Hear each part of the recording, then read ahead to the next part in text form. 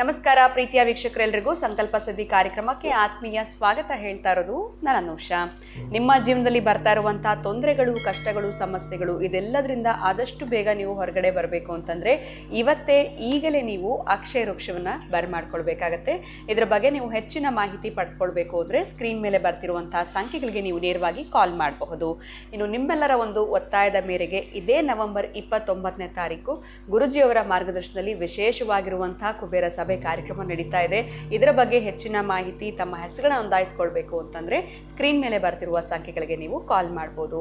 ಇನ್ನು ಕಾರ್ಯಕ್ರಮದಲ್ಲಿ ನಮ್ಮ ಜೊತೆಲಿದ್ದಾರೆ ಸ್ಪಿರಿಚುವಲ್ ಗುರು ಡಾಕ್ಟರ್ ವಿಷ್ಣುದತ್ತ ಗುರುಜಿಯವರು. ಗುರುಗಳನ್ನ ಇವತ್ತಿನ ಕಾರ್ಯಕ್ರಮಕ್ಕೆ ಬರ್ಮಾಡ್ಕೊಳ್ಳೋಣ. ನಮಸ್ತೆ ಗುರುಗಳೇ, ಕಾರ್ಯಕ್ರಮಕ್ಕೆ ಆತ್ಮೀಯ ಸ್ವಾಗತ. ಗುರುಗಳೇ, ಸಾಕಷ್ಟು ಜನ ಹೊಸ ಸಬ್ಸ್ಕ್ರೈಬರ್ಸ್ ಆಗಿದ್ದಾರೆ. ಅವರಿಗೆ ಈ ಕುಬೇರ ಸಭೆ ಬಗ್ಗೆ ಮಾಹಿತಿ ಅನ್ನುವಂಥದ್ದು ಕಡಿಮೆ ಇರುತ್ತೆ, ಅಥವಾ ಹಳೆ ವಿಡಿಯೋಸ್ ನೋಡಿಲ್ಲ ಅಂತಂದ್ರೆ ಅವ್ರಿಗೆ ಗೊತ್ತಿರೋದಿಲ್ಲ. ಸೊ ಸಾಕಷ್ಟು ರಿಕ್ವೆಸ್ಟ್ ಮೇಲೆ ಈ ನವೆಂಬರ್ 29ನೇ ತಾರೀಕು ಮಾಡಬೇಕು ಅನ್ನೋ ಒಂದು ನಿರ್ಧಾರ ಬಂದಿದೆ. ಈ ಕುಬೇರ ಸಭೆಯಲ್ಲಿ ಏನೆಲ್ಲ ವಿಶೇಷತೆಗಳಿರುತ್ತೆ, ಕಾರ್ಯಕ್ರಮ ನೋಡ್ತಿರುವಂಥ ಹೊಸ ವೀಕ್ಷಕರಿಗೆ ಇದರ ಒಂದು ಪರಿಚಯ ಮಾಡಿಕೊಡೋದಾದ್ರೆ ಹೇಗೆ ಪಾಲ್ಗೊಳ್ಬೇಕು, ಏನಿದರ ವಿಶೇಷತೆ, ಇದ್ರ ಬಗ್ಗೆ ತಿಳಿಸ್ಕೊಡಿ. ಓಂ ವಿಶ್ವಸ್ಮೈ ನಮಃ. ಪ್ರೀತಿಯ ಬಂಧುಗಳೇ, ಈ ಕುಬೇರ ಸಭೆ ಅನ್ನೋದು ಮೊದಲು ಬಂದವರು ಕೂಡ ಕೆಲವರು ಬರ್ತಾರೆ. ಅದಕ್ಕೆ ಏನೋ ಒಂದು ಅವರಿಗೆ ಎಂತಹದ್ದನ್ನು ಪಡೆದುಕೊಳ್ಬೋದಂದರೆ, ಈಗ ನಾನು ಆವತ್ತು ಮಾತಾಡ್ತಕ್ಕಂಥ 2-3 ತಾಸು ಏನದೊಂದು ಪೂಜೆ ಆಗುತ್ತೆ, ಏನು ಅವತ್ತೊಂದು ಪ್ರವಚನ ಅದಕ್ಕೆ ಸಂಬಂಧಪಟ್ಟಾಗಿರುತ್ತೆ, ಏನು ಪ್ರಸಾದ ಇರುತ್ತೆ, ಇದೆಲ್ಲವನ್ನು ಕೂಡ ಕುರಿತು ಕೆಲವರು ಮಾತಾಡ್ತಿರ್ತಾರೆ, ಖುಷಿಯನ್ನು ವ್ಯಕ್ತಪಡಿಸ್ತಾರೆ. ಎಲ್ಲ ನಿಜ. ಮೊದಲಿಗೆ ನೀವು ಬ್ಯಾಂಕ್ ಅಕೌಂಟ್ ಮಾಡಿಸ್ಕೊಂಡ ದಿನ, ಮೊದಲು ಬಹುಶಃ ನನಗೆ ಒಂದು 18 ಏಜ್ ಆಗಿ 19ಕ್ಕೆ ಹೊರಟು ನಾನು ಸ್ವಲ್ಪ ಸೇವಿಂಗ್ ಮಾಡ್ಕೋಬೇಕು ಅಂತ, ನಾನು ಕೂಡ ಟರ್ನ್ ಓವರ್ ಮಾಡಬೇಕು ಅಂತ ಬ್ಯಾಂಕ್ ಅಕೌಂಟ್ ಮಾಡಿಸಿಕೊಂಡಾಗ, ಆ ಖಾತೆಯಲ್ಲಿ ಹಣ ಇದ್ದಾಗ ಮೊದಲು ಅಪ್ಪ ಅಮ್ಮನ ತಗೊಳ್ತಿರ್ತಾನೆ. ಹೌದು. ಒಂದು 18-19 ಏಜ್ ಆದಾಗ ಒಂದು ಅಕೌಂಟ್ ಮಾಡಿಸ್ಕೊಳ್ತಾ, ನಿನ್ನ ಹೆಸರಿಗೆ ಒಂದು ಪಾನ್ ಕಾರ್ಡ್ ಬಂದಾಗ, ನಿನ್ನ ಹೆಸರಿಗೆ ಒಂದು ಆಧಾರ್ ಕಾರ್ಡ್, ಇವೆಲ್ಲ ಬರುತ್ತಲ್ಲ, ಆಗುವಂಥ ಖುಷಿಗಿಂತಲೂ ಹೆಚ್ಚಿಗೆ ಏನಾದರೂ ಇತ್ತು ಅಂತಂದರೆ, ನಿನ್ನ ಅಕೌಂಟಲ್ಲಿ ಒಂದಷ್ಟು ಹಣ ಇದ್ದಾಗ ಆಗ ಖುಷಿನೇ ಬೇರೆ ಇರುತ್ತೆ. ಅದೇ ಅದ್ಭುತಗಳಲ್ಲಿ ಅದ್ಭುತ ನಡೆಯುವಂಥದ್ದು. ಒಟ್ಟಾರೆ ಒಂದನ್ನು ಇಲ್ಲಿ ಹೇಳೋದಾದರೆ, ಕನಸಿದ್ರೆ ಮಾತ್ರ ಬರಬೇಕು, ಕನಸಿದ್ರೆ ಮಾತ್ರನೇ ಈ ಒಂದು ಸೆಮಿನಾರ್ಗೆ ಅಟೆಂಡ್ ಆಗಬೇಕು. ಕನಸಿಲ್ಲ ಅಂತಂದರೆ ಸಮಂಜಸವೇ ಅಲ್ಲ ಬರೋದು. ಕನಸು ಕಟ್ಕೊಂಡು ಬಂದಿದ್ದೀವಿ ಅಂತಂದರೆ ಖಂಡಿತವಾಗಲೂ ಕೂಡ ಅದರ ಪ್ರತಿಫಲವನ್ನು ಪಡ್ಕೊಂಡು ನಿಂತಿರ್ತೀವಿ ಅಂತಕ್ಕಂಥದ್ದು ಸತ್ಯ ಇರುತ್ತೆ.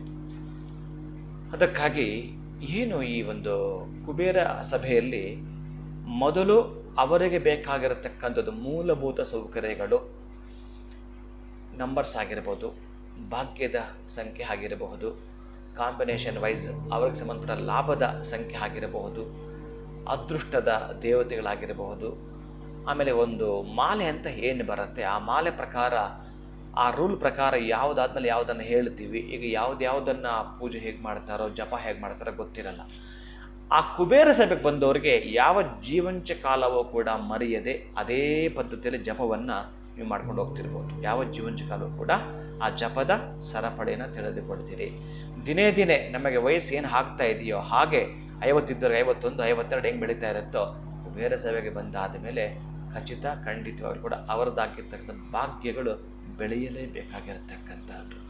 ಅಂತಹ ಆರ್ಥಿಕಾಭಿವೃದ್ಧಿಗೆ ನಾವೆಲ್ಲೋ ಒಂದು ಕಡೆ ಸುಮಾರು 4-5 ಕೆಲಸಗಳು ಮಾಡಿ ಆಗಿರಬಹುದು, 4-5 ಬಿಸ್ನೆಸ್ ಮಾಡಿ ಆಗಿರಬಹುದು, ಕೈ ಸುಟ್ಟುಕೊಂಡು ಬೇಸರವಾದಾಗ ಬೇರೆ ಇನ್ನೇನು ಕೂಡ ನಮಗೆ ದಾರಿ ಕಾಣ್ತಾ ಇಲ್ಲ, ದಿಕ್ಕು ತೋಚಿದಾಗ ಆಗಿದ್ದರೆ, ಬಹುಶಃ ಇನ್ನೇನಾದರೂ ಮಾಡೋದು ಅಂತ ಇದ್ದರೆ ಅದನ್ನು ನಾವು ತಿಳಿದುಕೊಳ್ಳಿರ್ತಕ್ಕಂತಹದ್ದು ಏಕೈಕವಾಗಿ ಒಟ್ಟಾರೆ ಗುಪ್ತವಾಗಿರ್ತಕ್ಕಂತಹದ್ದು. ನಿಮ್ಮ ಬಗ್ಗೆ ನೀವುಗಳು ಏನು ತಿಳ್ಕೊಳ್ಬೇಕು ಅಂತಿರ್ತೀರೋ, ಏನು ಒಂದು ಹೆಜ್ಜೆ ನನ್ನ ಜೀವಿತ ಕಾಲದಲ್ಲಿ ಮುಂದೆ ಬರಬೇಕು ಅಂತ ಕನಸು ಯಾರಿಗಿರುತ್ತೋ ಅವ್ರಿಗೆ ಮಾತ್ರ ಇರುತ್ತೆ ಈ ಒಂದು ಕುಬೇರ ಸಭೆ.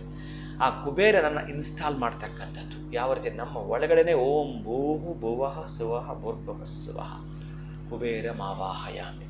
ನಮ್ಮ ನಡೆನುಡಿಗಳು ಬದಲಾಗ್ತಕ್ಕಂತಹದ್ರಿಂದ ಹಿಡಿದು ನಮ್ಮ ಸಮಾಧಾನದಿಂದ ನಾವು ಮುಂದುವರಿಯಬೇಕಾದರೆ ಏನು ನಮಗೆ ಅವಶ್ಯಕತೆಗಳಿದ್ದಾವೋ, ಅವಶ್ಯಕತೆಗಳು ಬೇರೆ, ಅತ್ಯಂತ ಅವಶ್ಯಕತೆಗಳು ಬೇರೆ, ಯಾವುದನ್ನು ಹೇಗೆ ನಿಭಾಯಿಸಬೇಕು ಅಂತಕ್ಕಂತಹದ್ದು, ಮತ್ತು ಕುಬೇರನ ಸ್ಥಾನಮಾನವಾದರೂ ಏನು, ಅವನ ತಂದೆ ಯಾರು,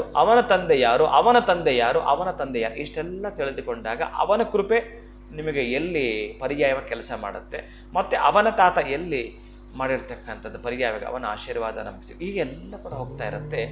ಮಹಾಲಕ್ಷ್ಮಿ ಆ ಒಂದು ನಿಧಿಗೆ, ಆ ಒಂದು ಹಣಕ್ಕೆ ಅಧಿದೇವತೆ ಆಗಿರುತ್ತಾಳೆ ಮಹಾಲಕ್ಷ್ಮಿನ. ಇನ್ನು ಕುಬೇರ ಅದರ ರಕ್ಷಕ ಆಗಿರುತ್ತಾನೆ.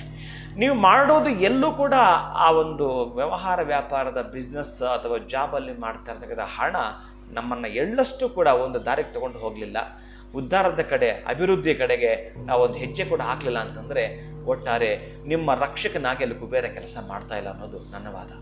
ಹಾಗಾಗಿ ಪ್ರೀತಿಯ ಬಂಧುಗಳೇ, ನಾವು ಕುಬೇರನನ್ನು ಜೊತೆಗಿಟ್ಟುಕೊಂಡಾಗ ಬಹುಶಃ ಕುಬೇರನ ವಾಹನವೇ ನಾವಂತೆ.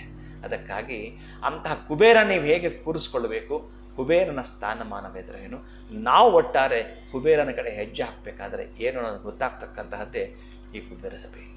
ಖಂಡಿತ ಗುರುಗಳೇ, ಎಲ್ಲೋ ಒಂದು ಕಡೆ ತಮ್ಮನ್ನ ನೇರವಾಗಿ ಭೇಟಿ ಮಾಡೋದಕ್ಕೆ ಒಂದು ಅವಕಾಶ ಸಿಗುತ್ತೆ. ಅದನ್ನು ಕೂಡ ಸಾಕಷ್ಟು ಜನ ಕಮೆಂಟ್ಸ್ನಲ್ಲಿ ಕೇಳ್ತಾ ಇರ್ತಾರೆ. ಅದಷ್ಟೇ ಅಲ್ಲದೆ ನಮ್ಮ ಜೀವನದಲ್ಲಿ ಸಕ್ಸಸ್ ಅನ್ನೋಂಥದ್ದನ್ನ ಕಾಣಬೇಕು, ನಮ್ಮ ಭಾಗ್ಯದ ಸಂಖ್ಯೆಯನ್ನು ತಿಳ್ಕೊಳ್ಬೇಕು ಅಂತಂದರೆ ಈ ಕುಬೇರ ಸಭೆ ಕಾರ್ಯಕ್ರಮದಲ್ಲಿ ಅದು ಸಾಧ್ಯ ಅಂತ ತಿಳಿಸ್ಕೊಟ್ಟಿದ್ದೀರಾ. ಬಹಳ ಧನ್ಯವಾದಗಳು ತಮಗೆ. ನಮಸ್ಕಾರ. ಹರೇ ಶ್ರೀನಿವಾಸ. ಬಹಳ ದಿನಗಳಿಂದ ನೀವು ವಿಷ್ಣುದತ್ತ ಗುರುಜಿಯವ್ರನ್ನ ನೇರವಾಗಿ ಭೇಟಿ ಮಾಡಬೇಕು ಅಂತಿದ್ರೆ ಖಂಡಿತವಾಗ್ಲೂ ನಿಮಗೆ ಅವಕಾಶ ಇದೆ. ಇದೇ ನವೆಂಬರ್ 29ನೇ ತಾರೀಕು ಕುಬೇರ ಸಭೆ ಕಾರ್ಯಕ್ರಮದಲ್ಲಿ ನೀವು ಕೂಡ ನೇರವಾಗಿ ಪಾಲ್ಗೊಳ್ಬೋದು. ಇನ್ನು ಇದರಲ್ಲಿ ಹೇಗೆ ನಾನು ಡೈರೆಕ್ಟಾಗಿ ಬರಬೇಕಾಗತ್ತೆ, ಇದೆಲ್ಲದ್ರ ಬಗ್ಗೆ ಕೂಡ ತಿಳ್ಕೊಳ್ಬೇಕು ಅಂತಂದರೆ ಸ್ಕ್ರೀನ್ ಮೇಲೆ ಬರ್ತಿರೋಂಥ ನಂಬರ್ಸ್ಗೆ ನೀವು ಈಗಲೇ ಕಾಲ್ ಮಾಡಿ ತಮ್ಮ ಹೆಸರುಗಳನ್ನ ರಿಜಿಸ್ಟರ್ ಮಾಡ್ಕೊಳ್ಬೋದು ಅಂತ ಹೇಳ್ತಾ ಇವತ್ತಿನ ವಿಡಿಯೋನ ಮುಗಿಸುವಂತಹ ಸಮಯ ಆಗಿದೆ. ನಮಸ್ಕಾರ.